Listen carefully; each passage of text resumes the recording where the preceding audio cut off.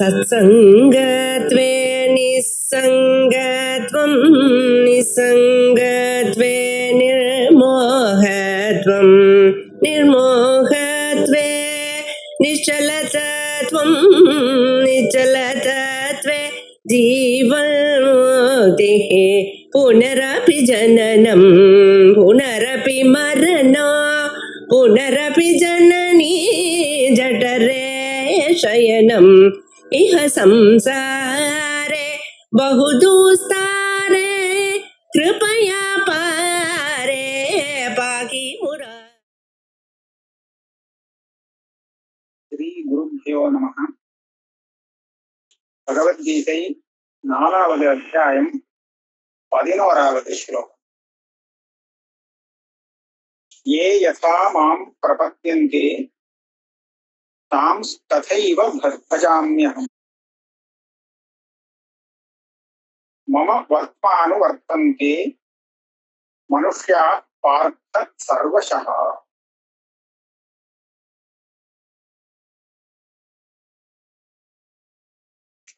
இதுக்கு முன்னாடி சொல்லும்போது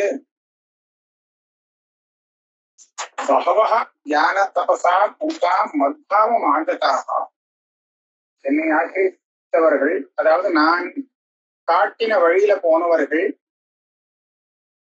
ஞானம் வந்து நிறைய பேர் என்னோட ஐக்கியத்தை அடைஞ்சிருக்கா அப்படிங்கிறத சொன்ன. மத்பாவம் ஆகதா, அவ நானாகவே ஆயிட்டான், நான் ஈஸ்வர பாவத்தையே அடைஞ்சிருக்கா அப்படின்னு சொன்னான். இப்ப என்ன ஆசிரியக்கிறவா அத்தனை பேரும் ஈஸ்வர பாவத்தை தான் அடைவான்னு சொல்ல முடியாது. ஏன்னு கேட்டா, அவெல்லாம் என்ன ஆசிரியக்கிறதுக்கு காரணம் வெவ்வேறு விதமா இருக்கும். எல்லாரும் ஈஸ்வரனை ஆசிரியப்பா, ஆனா எல்லாரும் வந்து மோட்சம் வேணும் அப்படிங்கிற ஒரு அபிப்பிராயத்திலேயே சுவாமியை கேட்டுப்பான்னு சொல்ல முடியாது. ஏன், ஒவ்வொருத்தருக்கு அவாளுக்கு வேண்டுதல்கள் தனித்தனியா இருக்கும். அப்ப எல்லாருக்கும் மொத்தமா எல்லாம் மோட்சம் தான் அப்படின்னு சொல்லி மோட்சத்தை கொடுக்க முடியாது. அதனால இந்த ஸ்லோகத்துல என்ன சொல்றாருன்னா, ஏ யதா மாம் பிரபத்யந்தி தாம் ததைவ பஜாம்யஹம். எவர்கள் எந்த பிரகாரத்திலே என்னை அனுசரிக்கிறார்களோ நானும் அவர்களை அந்த விதத்திலேயே அனுகிரகிக்கிறேன் அப்படின்னு. தாம் ததைவ பஜாமியம், இங்க பஜாமி அப்படிங்கிறதுக்கு அனுகிரகாமின்னு அர்த்தம் பண்ணியிருக்க. அதாவது யாரு என்ன பலத்துக்காக என்னை அனுசரிக்கிறார்களோ அந்த பக்தர்களுக்கு அவளுக்கு அபீஷ்டமான பலத்தையே நான் கொடுக்குறேனே தவிர, நானா பார்த்து இந்த வச்சுக்கோ அப்படின்னு சொல்லி மோட்சத்தை கொடுக்கறது இல்லை. எல்லாருக்கும் யாரு மோட்சத்தை வேணும்னு கேட்கிறாளோ அவளுக்கு தான் மோட்சத்தை கொடுக்கும். இதையும் ஒரு விசேஷம் இருக்கு. இவா என்ன பஜனம் பண்ணின மாத்திரத்தினாலே நான் அவளுக்கு அந்த பலத்தை கொடுக்குறேன்னு இல்லை, நான் காண்பித்த வழியில போகணுமா. அத மேல சொல்றார், மம வர்த்மானு வர்த்தந்தே மனுஷ்யா பார்த்த சர்வசா. இந்த பலம் வேணும்னா அதுக்கு இன்னது சாதனம் அப்படின்னு சொல்லி லோகத்துல கூட நிறைய உபாயங்கள் உண்டு. பசி தீரணும் அப்படின்னு சொன்னா அதுக்கு உபாயம் ஆகாரம் சாப்பிடணும் அப்படிங்கிறது லோகத்துல கண்டுபிடிச்சு வச்சிருக்கா. அதனால அது எல்லாருக்கும் தெரியுது. அவள பசி வந்ததுன்னா உடனே ஆகாரம் சாப்பிடுறா, அது பசி தீர்ந்து போகுது. இப்போ என்ன பலம் வேணுமோ அந்த பலத்துக்கு உண்டான சாதனத்தை செய்யாமல் வேற ஏதாவது ஒண்ண பண்ணி, சுவாமி நான் இந்த மாதிரி இந்த காரியத்தை பண்றேன், எனக்கு இந்த பலத்தை கொடுனா கொடுக்க முடியுமோ? பசி தீரணும்னா ஆகாரத்தையும் தான் சாப்பிட்டா, இதை விட்டுட்டு இதுக்கு சாதனமாக இல்லாத வேற ஒரு காரியத்தை நான் பண்றேன், ஆனா எனக்கு இந்த பலம் வரணும் அப்படின்னு சொன்னா அது நடக்காது. சுவாமி கொடுக்க மாட்டான். சுவாமி என்ன பண்றார், நீ என்ன பலத்தை ஆசைப்படுறையோ அந்த பலத்துக்கு எது சாதனம் அப்படின்னு உனக்கு தெரிய வைக்கிறதுக்காக சாஸ்திரத்தை கொடுத்திருக்க. வேதம்ங்கிறது ஒரு கண்ணு, இந்த விஷயத்தை தெரிஞ்சுக்கிறதுக்கு ஒரு கண் போல உபயோகப்படக்கூடியதாக இருக்கு வேதம் சாஸ்திரம்ங்கிறது. அது என்ன சொல்றது? லோக பிரசித்தமான உபாயங்களை தவிர்த்து ஒன்னால கண்டுபிடிக்க முடியாத சில உபாயங்களை அந்தந்த பலத்துக்காக சொல்லி வைக்கிறது. இந்த பலம் வேணும்னா இந்த மாதிரி இந்த கர்மாவை பண்ணு, பொதுவா தர்மம் பண்ணிட்டு இருந்தேன்னா உனக்கு சௌக்கியம் வரும். தெரியவே தெரியாது இவனுக்கு தர்மத்தினால சௌக்கியம் வரும் முடியும். அதனால இப்படியாக இவனால கண்டுபிடிக்க முடியாத உபாயங்கள் எல்லாம் சொல்லி கொடுக்கிறது வேதம்.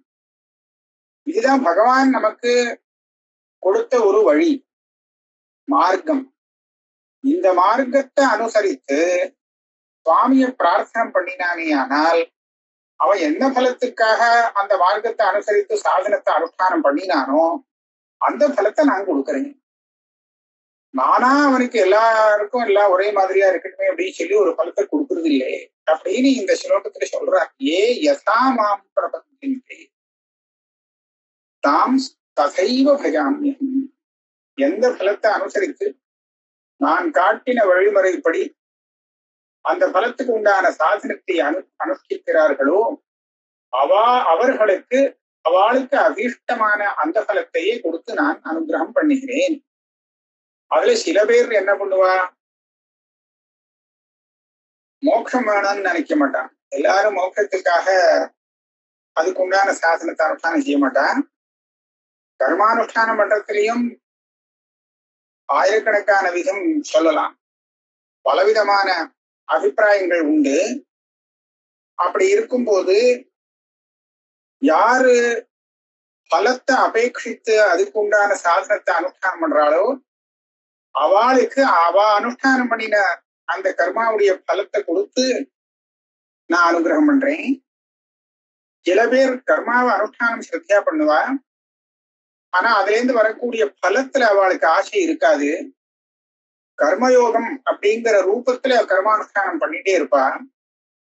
அப்படி இருக்கிறவாளுக்கு என்ன தேவைன்னு சொன்னா அவளுக்கு ஆத்ம ஞானம் தேவையா இருக்கும். அப்படி இருக்கிறவாளுக்கு நான் ஆத்ம ஞானத்தை கொடுக்கிறேன். ஆத்ம ஞானியாக இருந்து பிராரப்த கர்மாவாலே அபரோக்ஷ சாட்சா்காரம் வராமல் அந்த பரமானந்த ஸ்வரூபம் ஸ்பரிக்காமல் இருக்கிறவர்களுக்கு அதுக்கு வேண்டிய அவ அபீஷ்டமான அந்த பலத்தை கொடுத்து நான் அவளை அனுகிரகிக்கிறேன்.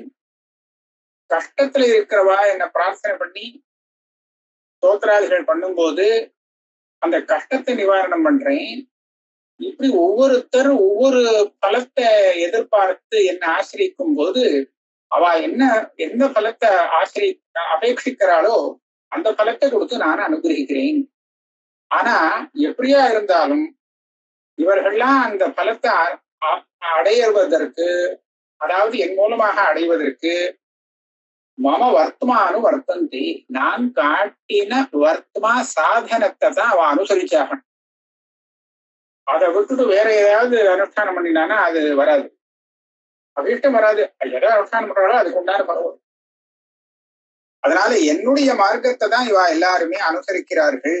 ஏ பார்த்த அர்ஜுனனே, சர்வசகம் எல்லா விதத்திலையும் எந்த ஒரு நிலையிலையும் எந்த மனுஷனாக வேணாலும் இருக்கட்டும், அத்தனை பேரும் அவளுடைய அபீஷ்டமான பலத்தை அடையறதுக்கு நான் காண்பித்த வழியைத்தான் அனுசரிக்கிறார்கள்.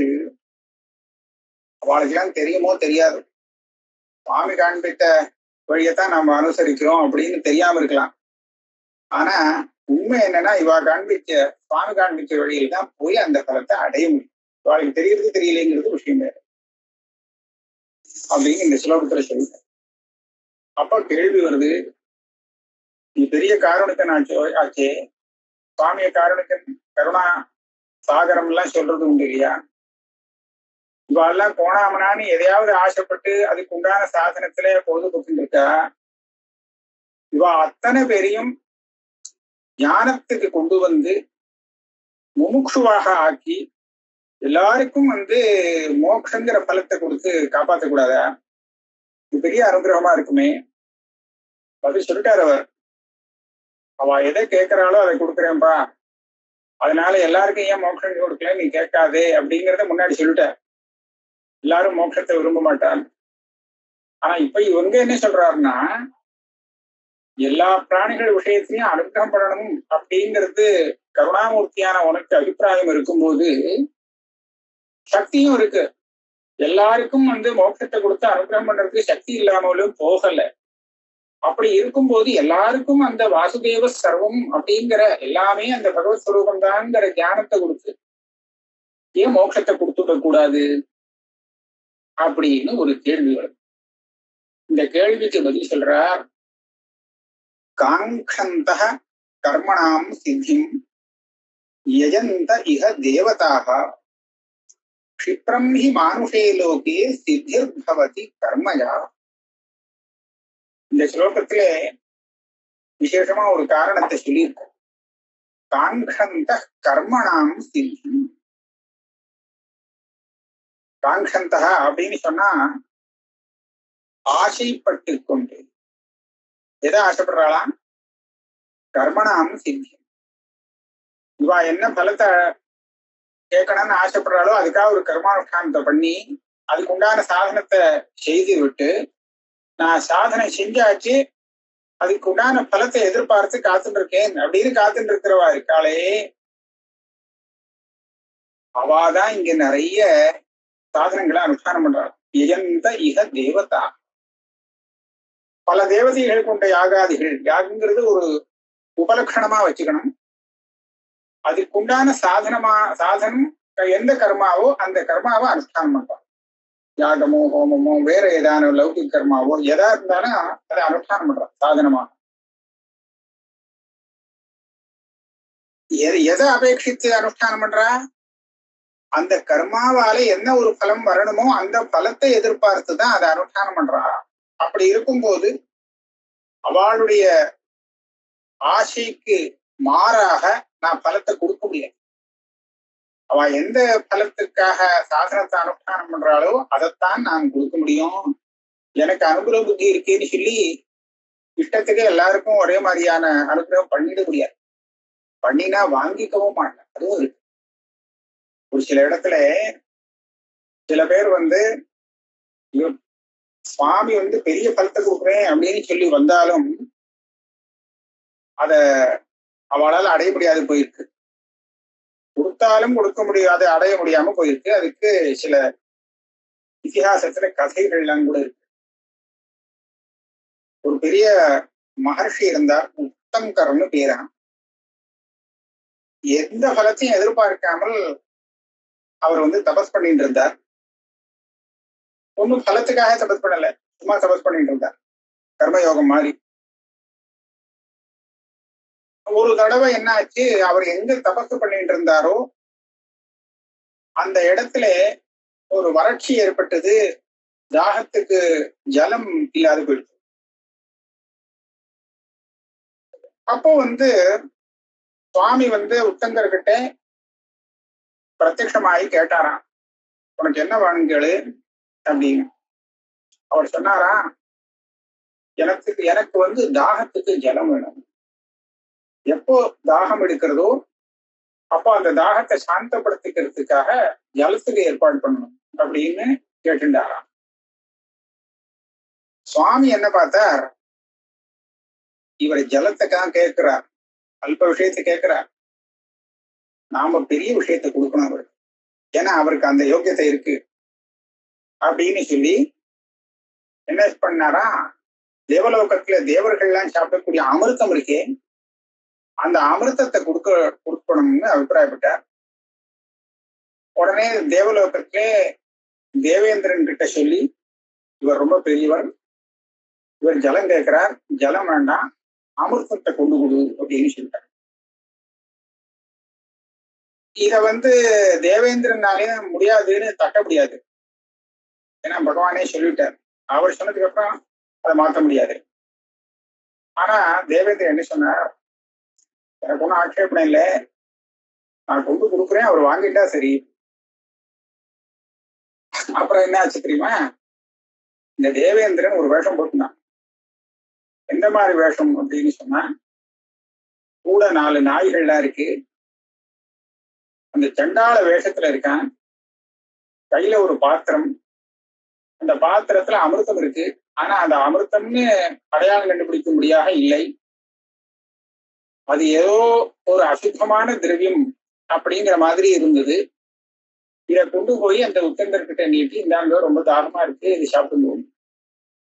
அவர் பார்த்தார். இந்த ஆளை பார்த்த உடனே அவருக்கு வேண்டாம்னு தோணி போயிடுச்சு. இல்லப்பா எனக்கு ஒண்ணும் இல்லை, வேண்டாம்னு சொல்லி திருப்பி அனுப்பிச்சு விட்டார். இவனும் சௌக்கியமா எடுத்துட்டு வந்துட்டான் கொடுக்காம. அப்ப என்னாச்சு,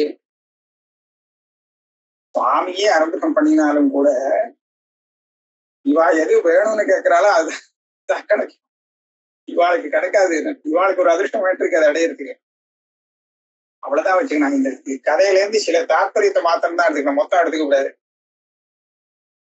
அப்புறம் சுவாமி அவர் கேட்டதை ஜலத்தை கொடுத்துட்டாரு.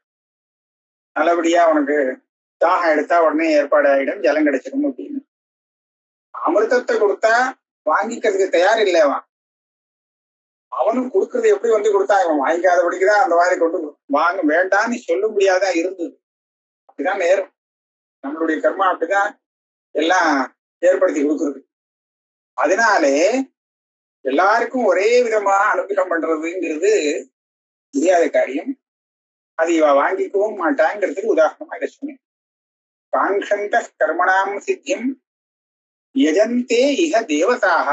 இந்தந்த கர்மாவாலே பல பலங்கள் வருதே, அந்த பலத்தை அடையணுங்கிற ஆசையிலே தேவதைகள் எல்லாம் ஆராதிக்கிறார்கள்.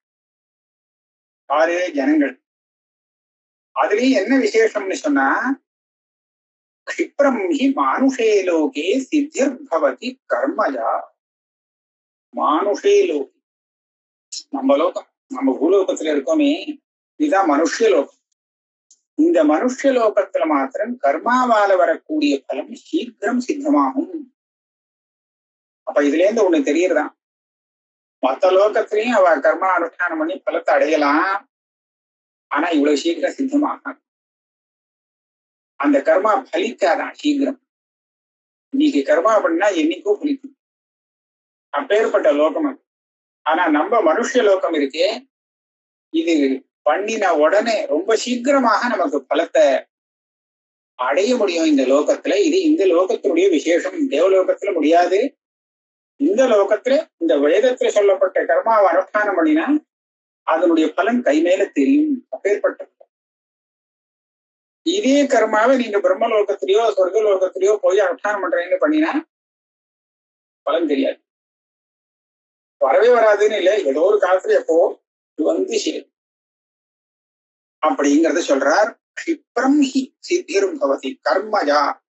கர்மானுஷ்டானத்தால வரவேண்டிய பலமானது அனுஷ்டானம் பண்ணினவனுக்கு க்ஷிப்ரம்னா மிகவும் சீக்கிரமாக இந்த லோகத்திலே சித்திக்கிறது, மனுஷ லோகத்திலே சித்திக்கிறது. இது மனுஷ லோகத்துடைய விசேஷம். ஏன் இந்த மனுஷ லோகத்துல இந்த விசேஷம்? இதே கர்மாவை மனுஷ லோகத்தை விட்டு வேற லோகத்துல அனுஷ்டானம் பண்ணினா உடனே கை மேல சித்தி இல்லை, பலம் வருது இல்லை.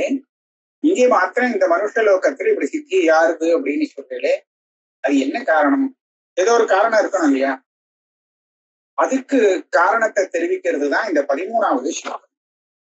அது என்னன்னு கேட்டா, இந்த வர்ண விபாகமும் ஆசிரம விபாகமும் அதுக்கு உண்டான தர்மங்களும் இருக்கே. இந்த வர்ண ஆசிரம விபாகம் அப்படிங்கிறது இந்த பூலோகத்துலதான் இருந்துச்சு, வேற எங்கேயும் இல்லை. இந்த விபாகங்கள் இருக்கே, இது நமக்கு எந்த விதத்துல உபயோகப்படுறது அப்படின்னு கேட்டா, நாம செய்யக்கூடிய நல்ல கர்மாக்கள் இருக்கே தர்மம், அது சீக்கிரம் பலத்தை கொடுக்கறதுக்கு உபயோகப்படும். பண்ணின காரியத்தினுடைய பலத்தை சீக்கிரமாக அடையணும். வரக்கூடிய பலமானது சிறந்த பலமாக இருக்கணும்.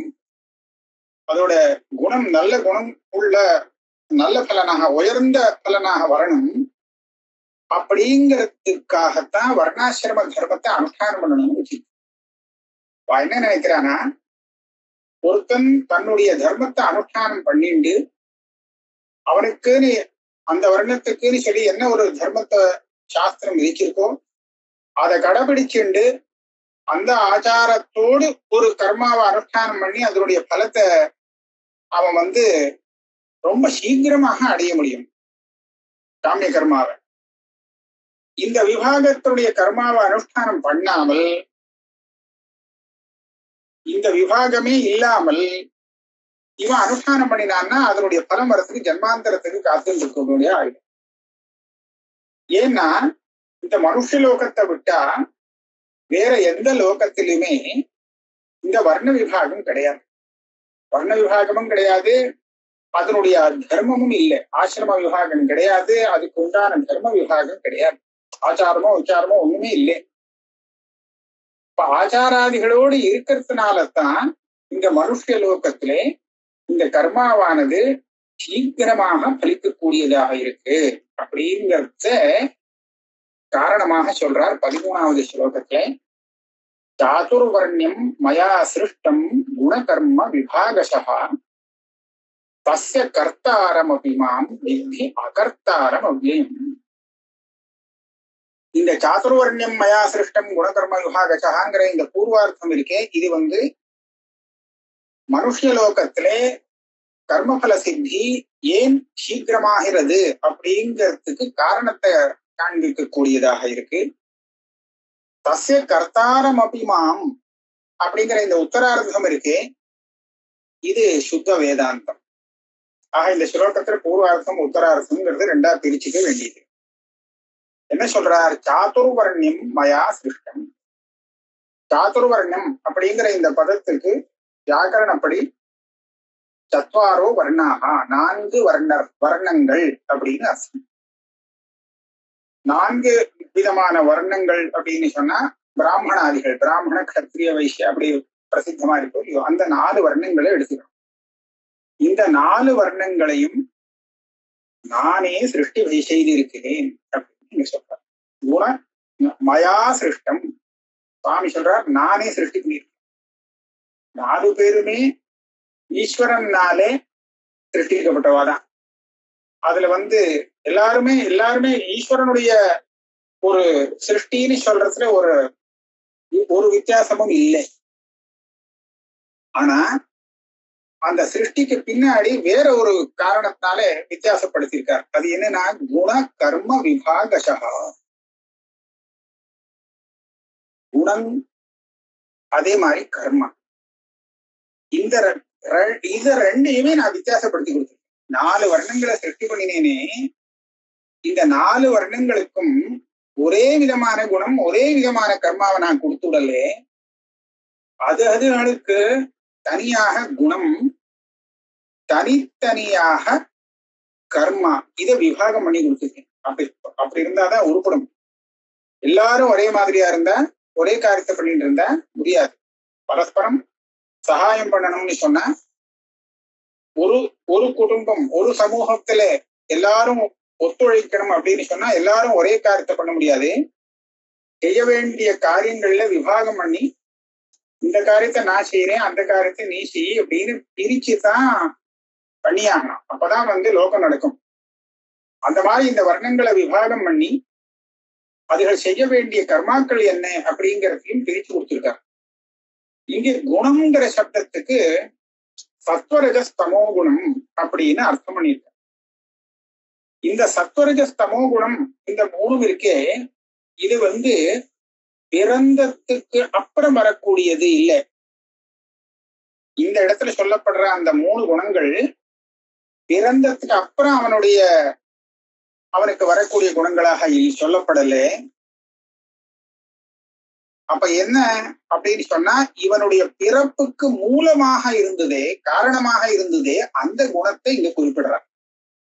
குண கர்ம விபாகசா அப்படிங்கிற இடத்துல இந்த எந்த குணத்தை இங்க குறிப்பிடுறாருன்னு சொன்னா, இவன் பிறப்புக்கு மூல காரணமாக இருந்த குணங்கள். இறந்ததுக்கு அப்புறம் இவன் எப்படியும் இருப்பான். ஒரு குணத்தை வச்சு சொல்லவே முடியாது, இப்படிதான் இருப்பான் அப்படிதான் இருப்பான் அப்படிங்கிறது. இன்னைக்கு ஒரு நாள் ஒரு மாதிரியா இருப்பான், நாளைக்கு ஒரு குணம் மாறி போயிடும். இப்படிலாம் நிறைய நடக்கிறதே. ஆரம்பத்துல பார்த்தா நல்லவனா இருக்கான், அப்புறம் துஷ்டனா போயிடுறான். அதுக்கப்புறம் மறுபடியும் நல்லவனா ஆகிறான். இப்படி எல்லாம் மனுஷன் ஆகிறான். இதுக்கெல்லாம் லோகத்துல உதாரணம் நிறைய கிடைக்கும், இதிகாச புராணங்கள்லயும் கிடைக்கும். ஆக பிறந்ததுக்கு அப்புறம் உள்ள குணத்தை பத்தி இங்க பேசல, இவருடைய பிறப்புக்கு காரணமாக இருந்த குணம் கர்மா அதை பேசுறான். அதுக்கப்புறம் பிறந்ததுக்கு அப்புறம் இவன் என்ன கர்மா பண்றானோ, இவனுக்குன்னு விதிக்கப்பட்ட கர்மாவை அனுஷ்டானம் பண்ணிட்டு இருந்தான்னா கீழே போகாம நல்லபடியா இருக்கும். அதுக்கு விபரீதமா பண்ணினான்னு சொன்னா, ஏற்கனவே போன ஜென்மாவில பண்ணின கர்மாவுடைய பலத்தை அனுபவிச்சதுக்கு அப்புறம் இப்ப பண்ணக்கூடிய இந்த கர்மாவுக்கு உண்டான பலன்கள் அவனுக்கு வந்து சேரும். இந்த ஜென்மாவிலையோ அதுக்கு அடுத்த ஜென்மாவிலையோ அந்த வித்தியாசங்கள்லாம் வந்துடும். அதனாலே இங்க சொல்லப்பட்ட கர்மா குணம் அப்படிங்கிறது இதை நான் கொஞ்சம் ஜாஸ்தி விவரிக்கல. இந்த 4 வருணங்களாக விபாகம் பண்றதுக்கு காரணமா இருந்த கர்மாக்களை இந்த இடத்துல சுவாமி குறிப்பிடுறார். அதுவும் அந்த வர்ணத்துல பிறக்கிறதுக்கு மூல காரணம், பிறக்கிறதுக்கு முன்னாடி இருந்த கர்மாவையும் குணத்தையும் தான், காரணமா இருந்த குணத்தையும் கர்மாவையும் தான் இங்கே குறிப்பிடுறார் அப்படிங்கிறது இந்த சம்பிரதாயமா சொல்லக்கூடிய விஷயம். இது நான் இப்ப ஏன் இப்படி சொல்றேன் அப்படின்னு சொன்னா, இதுக்கு மாற்று கருத்து இப்போ நிறைய பிரச்சாரத்துல வந்துட்டு இருக்கு. அது சம்பிரதாயத்தை அனுசரித்து இல்லே அப்படிங்கிறத புரிஞ்சுக்கணும் அப்படிங்கிறதுக்காக தான் இந்த மாதிரி சொல்றேன். ஆக இந்த சாதுர்வர்ணிய வியவஸ்தையே இந்த மனுஷ லோகத்துல சுவாமி ஏற்படுத்தி கொடுத்திருக்கிறதுனாலே, இவர்கள்லாம் தன்னுடைய தர்மத்தை அந்த கிரமமாக எப்படி கடைபிடிக்கணுமோ அப்படி கடைபிடிச்சுட்டு இருக்கிறதுனாலே, இப்படி உள்ள அதிகாரிகள் எந்த ஒரு கர்மாவை அனுஷ்டானம் பண்ணினாலும் அது உடனே பலிக்கும். அதனால்தான் இந்த மனுஷ லோகத்திலே செய்யக்கூடிய கர்மாவுக்கு சித்தியானது பல சித்தி சீக்கிரமா ஏற்படுறது. இங்கேயும் இந்த சாதுர்வர்ண விவஸ்தத்தை ஒரேடியா அழிச்சாச்சு இல்லேன்னு பண்ணியாச்சுன்னா ஒரு கர்மாவும் பலிக்க போறது இல்லைங்கிறத நம்ம மனசுல வாங்கிக்கணும். அதனால இந்த விவஸ்தைய ஜாகிரதையா காப்பாத்துறதுக்கு முடிஞ்ச அளவுக்கு நம்மளால பிரயத்தனம் செய்யணும். அடுத்தது, இந்த விபாகம் மற்ற லோகத்துல இல்லைங்கிறத வச்சுதான் மனுஷ லோகத்தினுடைய விசேஷத்தை சுவாமி காண்பிச்சிருக்கார். க்ஷிப்ரம் மானுஷே லோகே சித்திர் பவதி கர்ம. இதெல்லாம் சொல்லிட்டு இதெல்லாம் நான் எப்படி பண்ணியிருக்கேன், இது எல்லாம் விவகாரத்துல சேர்ந்தது. மாயை சம்பவாமி ஆத்ம மாயையா அப்படின்னு தானே ஆரம்பிச்சார். என்னுடைய மாயையால நான் இந்த தர்மத்தை காப்பாத்துறதுக்காகவே அவதாரம் எடுக்கிறேன். தர்மம்னா என்ன தர்மம்? இந்த சாதுர்வர்ணம் சொல்லி இதுக்குன்னு விதிக்கப்பட்ட தர்மங்கள் இருக்கே, இந்த தர்மத்தை காப்பாத்துறதுக்காகவே சுவாமி அவதாரம் எடுக்கிறார் அப்படிங்கிறத சொன்னார். இப்போ இவ்வளவு தூரம் பண்றது எல்லாமே இந்த லோக விவகாரத்துல சேர்ந்ததை தவிர்த்து என்னுடைய ஸ்வரூபத்துல இதனால எந்த ஒரு வித்தியாசமும் வரத்துக்கு இல்லையே அப்படிங்கிறத சொல்றார். தஸ்ய கர்த்தாரம் அபிமாம் வித்தி அகர்த்தாரம் அவ்யயம். ஏ அர்ஜுனனே, இதெல்லாம் யாரு பண்ணினா அப்படின்னு கேட்டா என்ன சொல்லணும்? நான் பண்ணினேன்னு நீ சொல்லக்கூடாது, அந்த பரமேஸ்வரன் தான் பண்ணியிருக்கா அப்படின்னு சொல்லணும். நான் சொல்லலாம், சுவாமி சொல்லலாம் நான் தான் பண்ணியிருக்கேன் அப்படின்னு. அவரே பேசும்போது, அந்த பரமேஸ்வரனே பேசும்போது நான் தான் இதெல்லாம் சிருஷ்டி பண்ணியிருக்கேன் அப்படின்னு சொல்லலாம். வேற யாரும் சிருஷ்டி பண்ணல, மொத்தவா யாரும் சிருஷ்டி பண்ணல, இவர் தான் சிருஷ்டி பண்ணியிருக்கா, அதுல சந்தேகம் இல்லை. ஆனா இப்படி சிருஷ்டி பண்ணினவர் உண்மையில எப்படி இருக்கார்? சிருஷ்டிகர்த்தாவா இல்லையா? தஸ்ய கர்த்தாரம் அபிமாம், இந்த சிருஷ்டியெல்லாம் பண்ணின நான் எப்படி இருக்கேன்னு சொன்னா, என்னுடைய உண்மையான ஸ்வரூபம் எப்படி இருக்குன்னு சொன்னா, வித்தி நான் தெரிந்து கொள் அப்படிங்கிறார். என்னுடைய உண்மையான ஸ்வரூபத்தை நீ தெரிஞ்சுக்கோ. அகர்த்தாரம் அவ்யயம் மாம் வித்தி, மாயால நான் இந்த விவசாயிகளுக்கெல்லாம் கர்த்தாவாகிறேன். ஆனா மாயையை ஒதுக்கி சுத்தமான என்னுடைய தத்துவத்தை நீ பார்த்தேன்னு சொன்னா நான் கர்த்தா இல்லை, நான் கர்த்தாவும் இல்லை. அதே சமயத்துல என்னுடைய ஸ்வரூபம் எந்த அவ்யயம்னா சம்சாரத்தோடு சம்பந்தப்படாததாக இருக்கு. அவ்யயம் வியம் இல்லாதது. சம்சார சம்பந்தம் இருந்தா தான் ஏதாவது ஒரு வியம்னு நமக்கு தெரியும். அப்பேற்பட்ட சம்சார சம்பந்தம் எனக்கு கிடையாது. நான் இது கர்த்தாவும் இல்லை, ஒண்ணும் இல்லை. பாக்குறதுக்கு கர்த்தா யாருன்னு கேட்டா என் தலையில பழிய போடும், நான் தான் பண்ணியிருக்கேன். ஆனா உண்மையை கேட்டேன்னா நான் கூட பண்ணல. இது ஆயிருக்கான்னு கேட்டா மாயை. மாயைங்கிறத யாரு பண்ணினா? மாயால தெரிய வஸ்துவ யாரு பண்ணினா? யோசிச்சு பார்த்தா இன்னும் சரியான பதில் வராது. இந்த ரஜ்ஜுல சர்ப்பம் தெரியுது, இவனுக்கு அப்படி தெரியுது. அந்த சர்ப்பத்தை உண்டாக்கினவர் யார்? யார் இந்த சர்ப்பத்தை கொண்டு வந்து போட்டது? யார் அதை உற்பத்தி பண்ணிருது? இங்க சர்ப்பம் வரத்துக்கு என்ன காரணம்?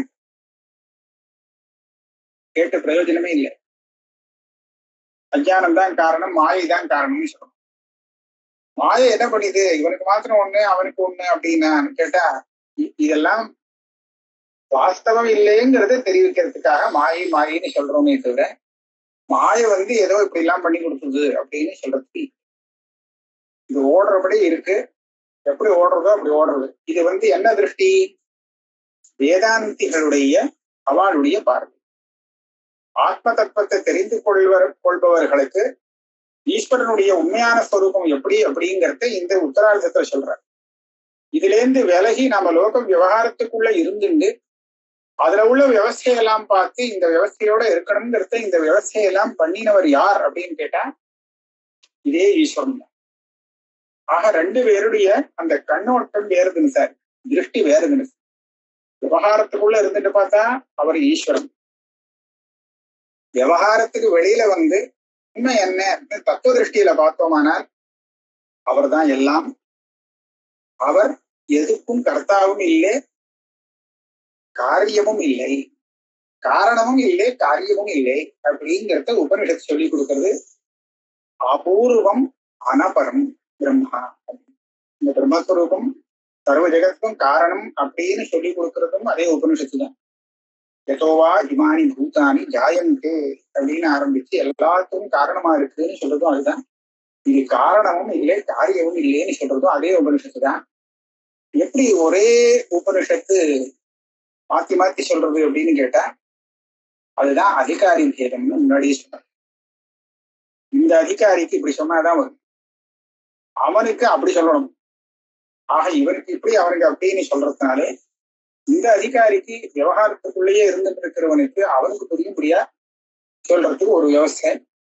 இதுல இருந்து வெளியில ஞானத்தை அடைஞ்சவனுக்கு அவனுடைய புத்தியை வச்சு பார்க்கும்போது அது வேற உபதேசம் இருக்கும். இதைத்தான் இங்க சொல்றார். வித்தி அகர்த்தாரம். என்ன நிஜமா புரிஞ்சுக்கணும்னு நீ நினைச்சியானால் இந்த சிருஷ்டிக்கெல்லாம் கர்த்தாவாக நீ என்ன நினைக்காதே. நான் இதோட சம்பந்தமே படாத வெறும் அதிஷ்டான சுரூபமாக. இன்னும் ஒரே ஒரு உதாரணம் சொல்லலாம். இந்த பாம்பை அந்த கயத்துல ஆரோபம் பண்ணி பார்த்துட்டு இருக்கானே ஒருத்தன், இந்த கயறு அங்க இருக்கிறதுனால தானே இவனுக்கு அந்த பாம்பா தெரியுது. அப்ப இவனுக்கு பாம்பா தெரியறதுக்கு கயிறு ஒரு காரணம் தானே. கயிறு இருக்கிறதுனால தான் தெரியுறது. அது இருக்கேங்கிறதுக்காக அதை காரணம்னு நாம சொல்றோம். ஆனா கயிறு என்ன பண்ணினது? இவனுக்கு பாம்பா தெரியணும், இவனுக்கு ஒரு பிரம வரணும் அப்படின்னு சொல்லி கயிறு என்ன பண்ணிது? யோசிச்சு பார்த்தா ஒண்ணும் பண்ணல, அது சும்மா இருக்கு, அவ்வளவுதான். நீ என்ன பாம்பா பாரு அப்படின்னு சொல்லி அது ஒன்றும் சொல்லல, வேற எந்த பிரேரணையும் பண்ணல. இருக்கு வரனா இவனுக்கு பாம்பா தெரிஞ்சு போச்சு. அது யாருடைய தப்பு அப்படின்னு சொன்னா இந்த பார்க்கிறவனுடைய தோஷம் தானே தவிர கயத்துக்கு எந்த தோஷமும் இல்லை. அதே மாதிரிதான் இந்த ஆத்மஸ்வரூபத்துல இவ்வளவு பெரிய சம்சாரம் பிரபஞ்சத்தை பார்க்கறான். அது யாருடைய தோஷத்தினாலே? ஆத்மாவுடைய தோஷத்தினாலே இல்லை. அது பாட்டுக்கு சும்மா இருக்கு, எல்லாத்துக்கும் சாட்சியா உட்கார்ந்து இருக்கு, என்னன்னு பண்ணல. அப்படி பண்ண இருக்கும்போது அதுல இவன் தன்னுடைய அஜ்ஞானத்தினாலே எல்லாம் ஆரோபிக்கிறான். எப்படி வந்ததுன்னு கேட்டா மாயால வந்ததுங்கிறான். ஏதோ ஒரு காரணம் வியவஸ்தைக்கு ஏதோ ஒண்ணு சொல்லியானுமே, அந்த விதத்துல இப்படி சொல்றானே தவிர இது எல்லாமே விவகாரத்துக்குள்ள உட்பட்டதை தவிர்த்து பரமார்த்திக நிலைக்கு இது வராது அப்படிங்கிறத புரிஞ்சுக்கணும். 13வது ஸ்லோகத்தோட இப்போ